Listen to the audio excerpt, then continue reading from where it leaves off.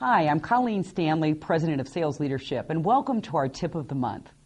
You know, there's an old phrase in selling, and it says, sales is an art and it's a science.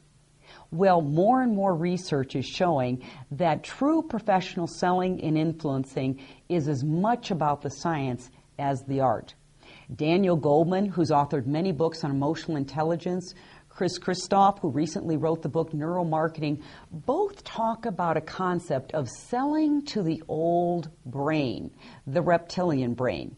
So let's talk to the science of selling to the old brain. All of us as human beings possess a part of the brain called the amygdala, and it's actually an almond-shaped mass in your brain located right above the eyeballs. Now, the reason it's called the reptilian brain, it's the oldest part of your brain. It's been around since caveman times. Now think about a caveman. What was a caveman charged with doing? Most of his life was spent in either fight or flight. If you've got a bear coming after you, you've got two choices. Well, in our modern technology, in our modern society, that part of your brain hasn't changed.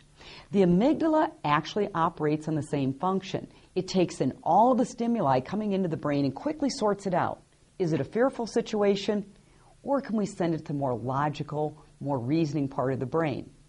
Here's where we see a lot of sales representatives sabotaging their sales calls.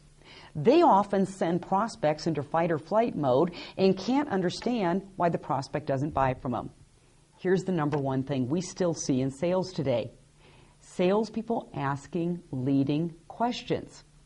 It can sound like this. So, Mr. or Mrs. Prospect, if we can save you thousands of dollars, would you want to? Now, what's the prospect thinking?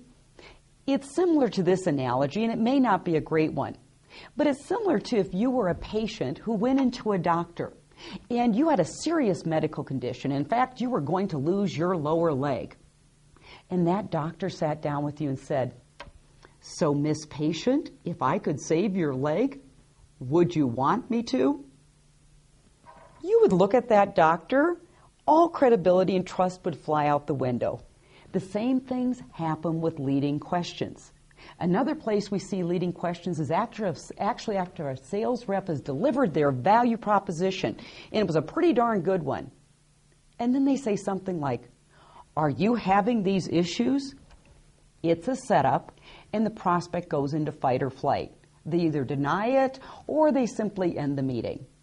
So if you want to increase your sales, start studying the science behind selling and persuasion. I'm Colleen Stanley, and thank you for joining us today at Sales Leadership.